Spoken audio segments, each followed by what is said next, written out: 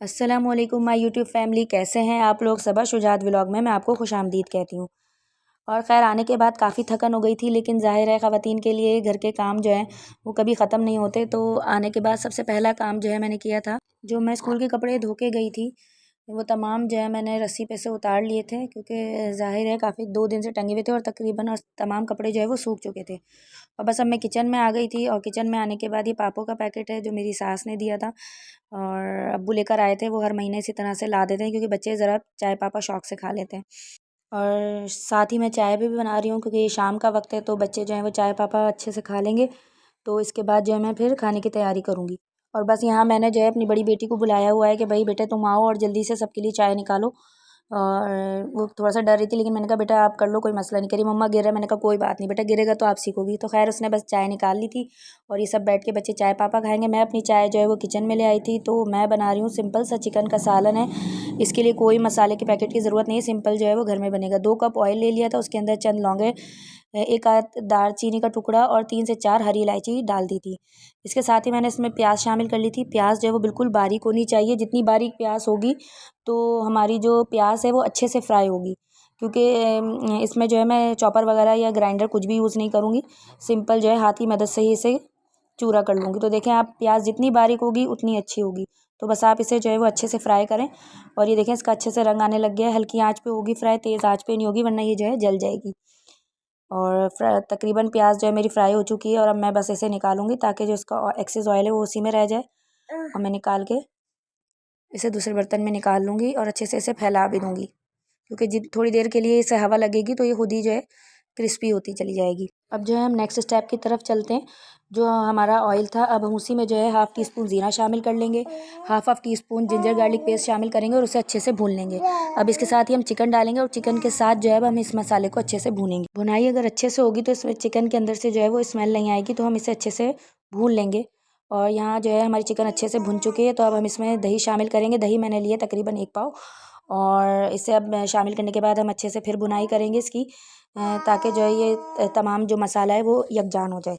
अब इसके बाद जो है यहाँ जो प्याज हमारी ठंडी हो चुकी थी, अब हम इसे हाथ की मदद से अच्छे से चूरा कर लेंगे, क्योंकि प्याज देखें बिल्कुल क्रिस्पी है, तो जो है ना वो आसानी से जो है ना वो चूरा हो जाएगी। लेकिन अगर आपकी प्याज बारीक नहीं होगी, मोटी प्याज होगी, तो जो प्याज जो है वो अच्छे से चूरा नहीं होगी और बल्कि सालन में रहेगी, तो फिर सालन अच्छा नहीं बनेगा। कोशिश करें कि बिल्कुल प्याज जो है वो बारीक हो, अच्छे से हो और खुश्क हो गई हो तब आप इसे चूर लें। मैंने देखा हाथ की मदद से चूरा, कोई चॉपर या जूसर मैंने इस्तेमाल नहीं किया। अब सालन के अंदर जो है वो हम 1 टीस्पून हल्दी डालेंगे, 2 टीस्पून जो है वो पिसी हुई लाल मिर्ची डालेंगे, नमक जो है वो अपने टेस्ट के अकॉर्डिंग डालेंगे, और हाफ़ टी स्पून जो है हम इसमें धनिया शामिल करेंगे पिसा हुआ, और इसे अच्छे से मिक्स कर लेंगे, भूनेंगे, ताकि जब ऑयल इसका अलग से नज़र आने लगे तो हमारा मसाला जो है वो अच्छे से भुन जाए। इतना हमें इसे भूनना है।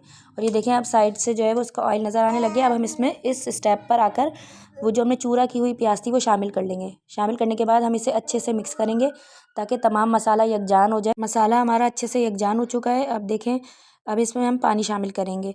हमारे यहाँ जो है वो शोरबे वाला ज़रा खाया जाता है, तो मैंने 2 गिलास पानी शामिल किया था, और अगर आप भुना भुना खाना चाहते हैं तो आप 1 से 1.5 गिलास पानी शामिल करें। ये देखें, आप जितनी आपको शोरबे में कंसिस्टेंसी रखनी है वो आप उस हिसाब से रख लें। और इसके बाद जो है वो हम ढकना ढक देंगे और इसे तकरीबन 15 मिनट तक जो है वो तेज़ आंच पर पकाएंगे।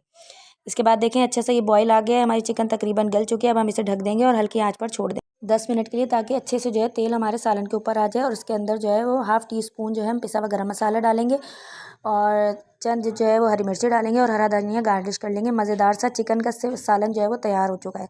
बहुत ही सिंपल रेसिपी, आप इजीली अपने घर में बना सकते हैं। और इसके बाद जो है सालन बनाने के बाद बस मैं किचन में काम कर रही थी। हाथ के जो बर्तन मेरे रह गए थे मैं उन्हें धोऊंगी। आज मैं आप लोगों से एक बात ज़रूर शेयर करना चाहूँगी कि कोशिश करें कि अपने से जो है वो नीचे के लोगों को देखें कि वो किस तरह की ज़िंदगी गुजार रहे हैं, अपने से ऊपर के लोगों को ना देखें। इसलिए कि आजकल जो है वो हर तरफ अफरा तफरी का आलम है, क्योंकि हर एक की ज़िंदगी के हालात अलग होते हैं। हर एक अपनी ज़िंदगी में अलग जो है वो इम्तिहानात से गुजर रहा होता है और उनको फ़ेस कर रहा होता है। हमें लोगों की अच्छाइयाँ दिख रही होती हैं, अच्छी चीज़ें दिख रही होती हैं कि शायद उनकी ज़िंदगी जो है वो बड़ी पुरसुकून है, बहुत अच्छे से है, हमारी भी काश ऐसी लाइफ हो जाती, लेकिन ऐसा नहीं होता। उसके पीछे बड़ी तकलीफ़ें, बहुत सी परेशानियाँ और बहुत से इम्तिहानात होते हैं जो अपनी ज़िंदगी में हर कोई दे रहा होता है।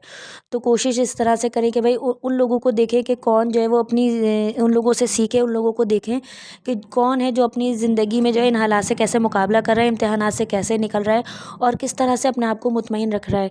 ज़रूरी नहीं है कि इंसान के पास हर चीज़ हो और उसे जो है वो ज़हनी सुकून मिल जाए और दिली सुकून मिल जाए, ऐसा नहीं होता। कोई जो है वो औलाद के लिए परेशान है, औलाद है तो औलाद नाफरमान है तो घर बहुत बड़ा है लेकिन रहने वाले नहीं है, रहने वाले अफराद हैं तो घर बहुत छोटा है।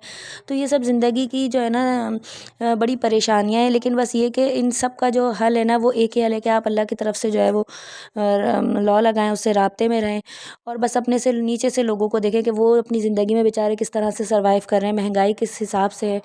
और जो है वो अल्लाह का शुक्र है कि हमें 3 टाइम पेट भर के खाने को मिल रहा है, लेकिन बहुत से ऐसे भी लोग हैं, ऐसे भी अफराद हैं जिन्हें शायद इस महंगाई में एक वक्त का ही खाना मैसर हो बामुश्किल। हाँ, बस जो है मेरा किचन का काम निमट गया था, खाने का वक्त हो गया था, तो बस मैंने अपनी सास और बच्चों के लिए खाना लगा लिया था। और ये मेरे कमरे की हालत है, क्योंकि अभी इसे जो है ना ये बहुत ज़्यादा फैला हुआ है, तो अभी समेटना है। लेकिन मैंने कहा पहले नमाज़ अदा कर लूँ, ऐसा ना हो कि बस थकन हो जाए और नमाज का टाइम जो है वो रह जाए। तो बस नमाज़ अदा करने के बाद दोबारा से जो है मैं काम पे लग गई थी और अपने जो रूम वगैरह था उसको मैं साफ़ कर रही थी। हैंगर वगैरह कर दिए थे मैंने, सारे कपड़े जो रह गए थे। और इसके अलावा जो दूसरा मरहला था वो सॉर्टिंग का था कि भाई बच्चों के सबके कपड़े जो है अलग अलग सॉर्टिंग कर दिए थे।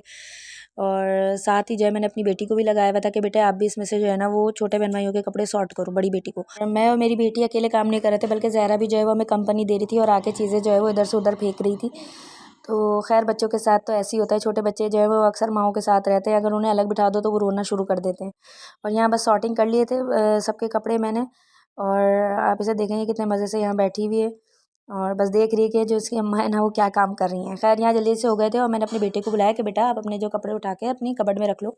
तो उन्होंने जो है वो किस तरह से किया कि सारे कपड़े ऐसे ही उठाए और अपनी अलमारी में डाल दिए। तो खैर मुझे गुस्सा भी आया लेकिन हंसी भी आई कि बस लड़के तो अपने हिसाब से चल रहे थे, बस एकदम उठाया और उसने जो है वो अलमारी में डाल। खैर मैंने दोबारा उससे कपड़े निकलवाए थे और वापस जो है तय करवा के उसके कबर्ड में रखवाए थे। और यहाँ मेरे हस्बैंड भी आ चुके थे और वो जो है बच्चों के यूनिफॉर्म पे इस्त्री कर रहे थे। और आते ही उन्होंने सबसे पहला ये इंस्ट्रक्शंस दी कि जो है फ्रिज का जो है स्टेबलाइज़र बंद कर दो। तो आपके घर में भी ऐसे ही होता है कि जब भी आप कोई इस्त्री वगैरह करना स्टार्ट करते हैं तो कोई ना कोई आज के बोल देता है कि भाई स्टेबलाइज़र बंद कर दो, लोड ज़्यादा होगा। खैर बच्चे यहाँ जो है वो फुल इंजॉय कर रहे हैं। और यहाँ ज़हरा जो है ना वो बिल्कुल तैयार बैठी है कि उसने जो है ना लूडो नहीं खेलने देना। मेरा बेटा जो है मुसलसल उसे हटा रहा है, यहाँ तक कि वो लूडो पे लेडी है तो इसने जो है उसके बाल नोचना शुरू कर दिए कि मैं खेलने नहीं दूंगी। पर ज़हरा जो है वो किसी की सुनने के लिए तैयार नहीं है और मुसलसल जो है वो बीच में बार बार जो है स्पेशली अपने भाई की गोट उठा रही थी, तो उसने उठा के बेचारी ने पीछे बिठा दिया। पर ज़हरा ने तो भाई किसी की नहीं सुननी। खैर मैं अपने व्लॉग का यहीं एंड करती हूँ।